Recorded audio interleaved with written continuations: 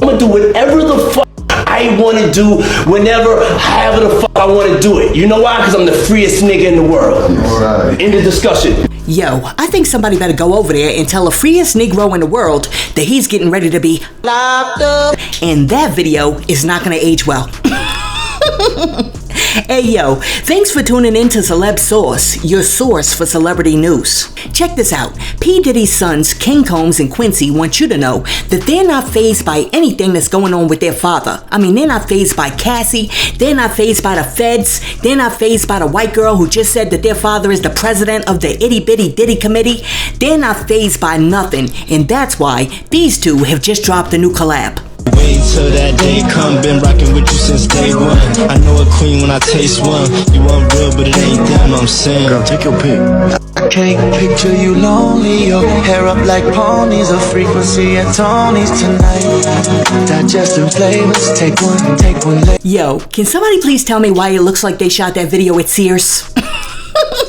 It's like they walked in the mall, they saw the lady sitting at the table, they looked through the glamour shots, and they were like, we'll take package D. We want the full package. And also, can somebody please tell King and Quincy that now is not the time? I'm trying to tell you, it seems as if these kids have been spoiled for so long that they don't have an understanding of the real world. I mean, because of the fame and the money, these kids seem to be utterly tone deaf.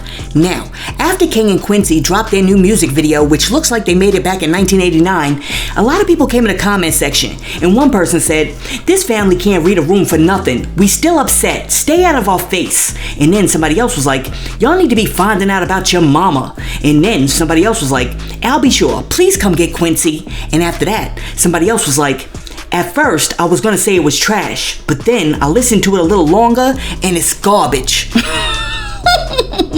Oh my goodness, yo, y'all be going mad hard in the comment section.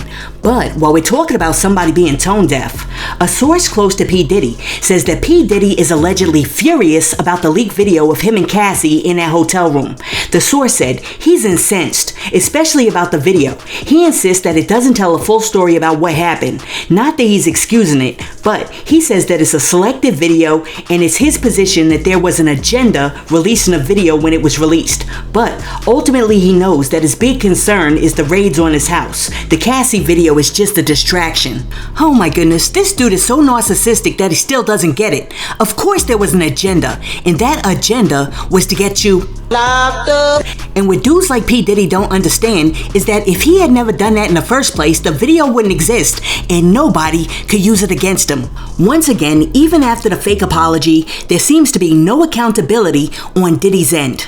Anyway, as you know, Diddy has been hit with yet another lawsuit, and this time a woman named April Lampros claims that after meeting P. Diddy when she was 17, they engaged in an on and off relationship in which Diddy essayed her on 4 different occasions. Miss Lampros also stated that on one of those occasions, Kim Porter also participated in the actual assault after P. Diddy gave both of them some ecstasy and commanded that they both have intercourse with one another.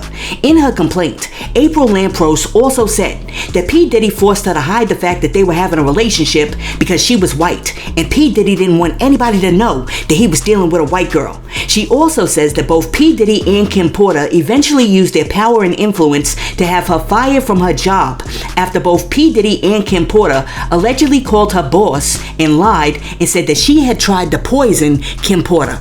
Now, out of all of the recent lawsuits that have dropped, I find this one to be very interesting because this one seems to support Cassie's claims the most, because this one shows that even when a woman is willing to participate in a relationship with P. Diddy, he still has to force himself on her. Like, a healthy, normal relationship isn't good enough. P. Diddy has to snatch the cookies. You ever seen somebody who goes into a store and they're a kleptomaniac, and even though they have the money, they will still steal the cookies? That's P. Diddy. And even though Kim Porter's name has also been dropped in this lawsuit, I'm not going to go in on Kim Porter because Kim Porter is not here to defend herself. And we don't know what, if anything, P. Diddy was over there doing to Kim Porter to make her do what this woman allegedly says that she did to her.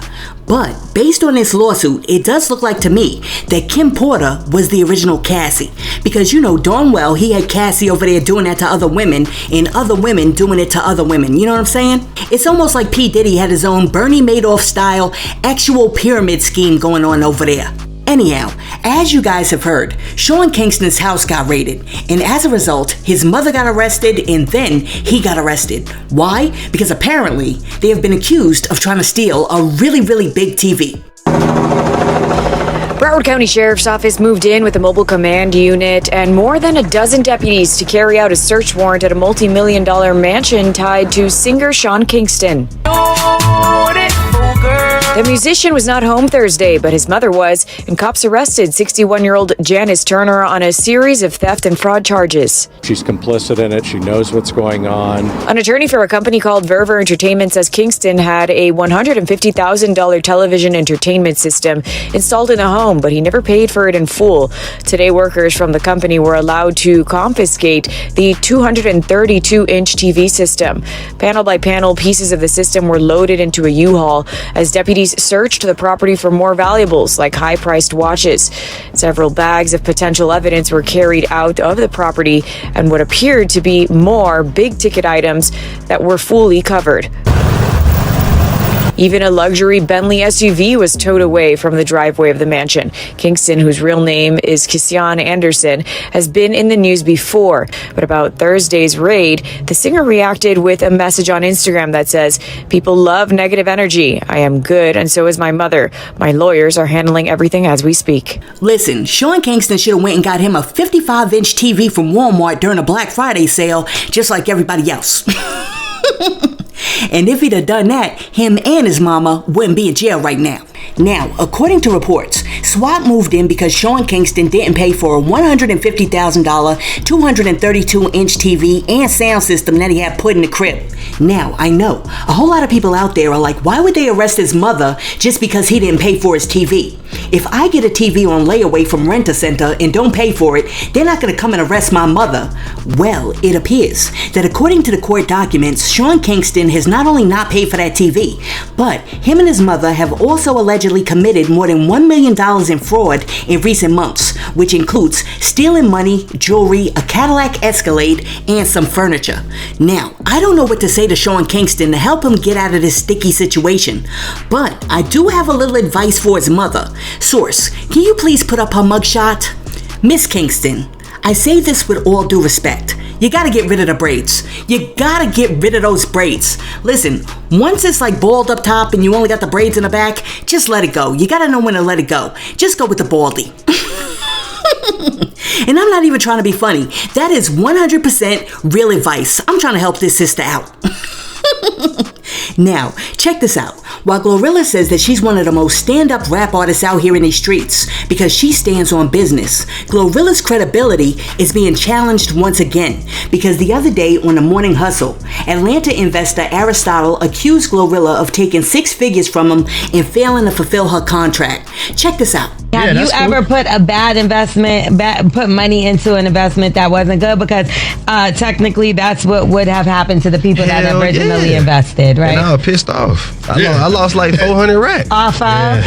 Glorilla, she stole some money from me. Oh. Yeah. And then who else? Wait, how? Yeah, we gotta stop here for a minute before you even say who else. Good job about that. How did she steal the money from you? I paid her some money, over 6 figures, to do something for me, and she didn't complete the task. She still got 2 more tasks to complete, and it's on contract, and I'm still going through court about that. How long has it been? It's been a year, since March of last year. So is what happened is she wasn't as big then when you first did this deal? That's what she was big. It's just, celebrity, cocky. I'm not going to fulfill the contract shit. You know how this shit go. So there can be bad investments. Let me find out Glorilla is out here robbing people. Yo, Glorilla better be very careful because she's still fairly new in this business and her reputation for doing people dirty is starting to precede her.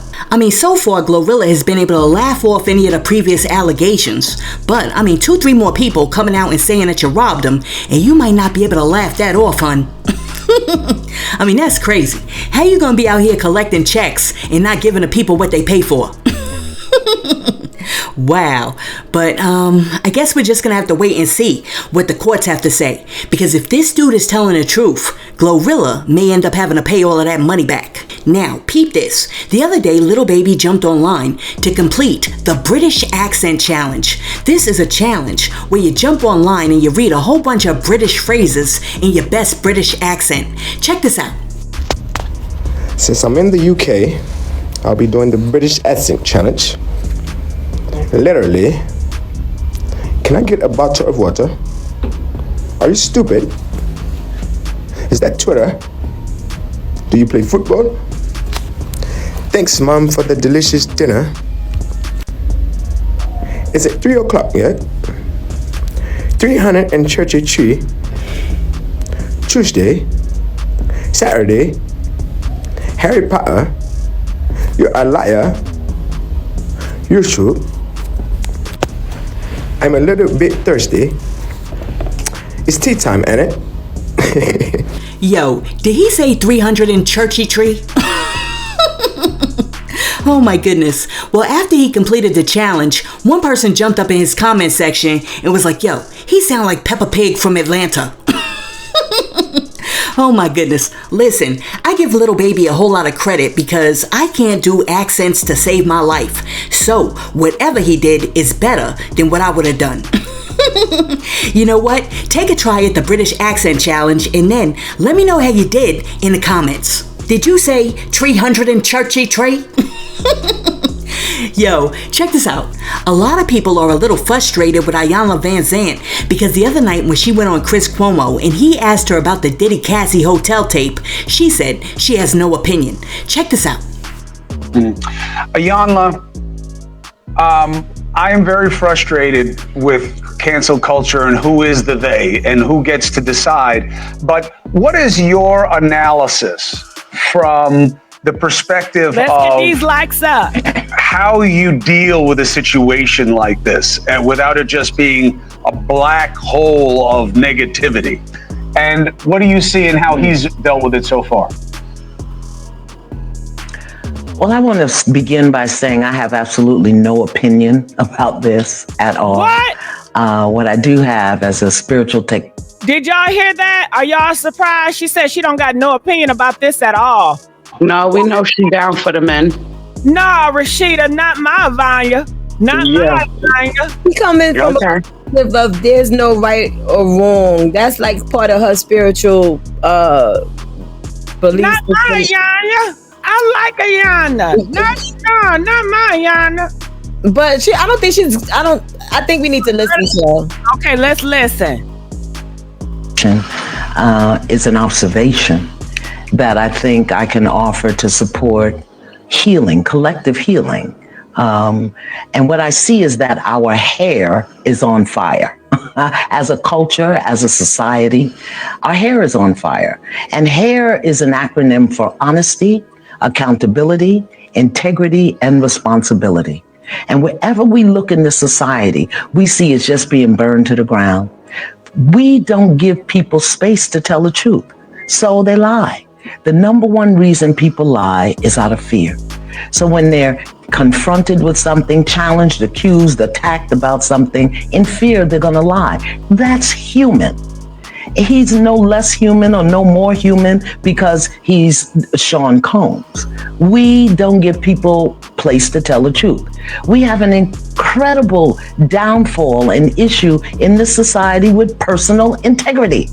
People don't believe it's an important aspect of life. We don't teach it in school. We accommodate lapses of integrity all over the place. We don't know how to hold people accountable. If they lie, and then they come back and they tell the truth, we don't like the way they tell the truth. Okay, so we don't hold people accountable. Not only people who do whatever the act is, what about the people who knew about it? and didn't say anything. We don't know how to hold people accountable, and therefore we don't accept responsibility. So I'm looking at this from a very broad perspective, a macro perspective. How does this apply to each and every one of us? Because you know what? Right now in some cities, somewhere in America, Kansas, Chicago, the Bronx, Atlantic City, some man is terrorizing his wife. Maybe he punched her in the face. Some wife is attacking her husband, and we can't figure out what to do about that. And when the person tells, we drag them through hell to try to prove that what they're saying was right. And then when they don't tell, the person gets away with it and they're not held accountable. So this is so much greater than Sean Combs. This is about us as a society and the fact that our hair is on fire and the things that really engross our humanity, that make us human, we're not living up to them.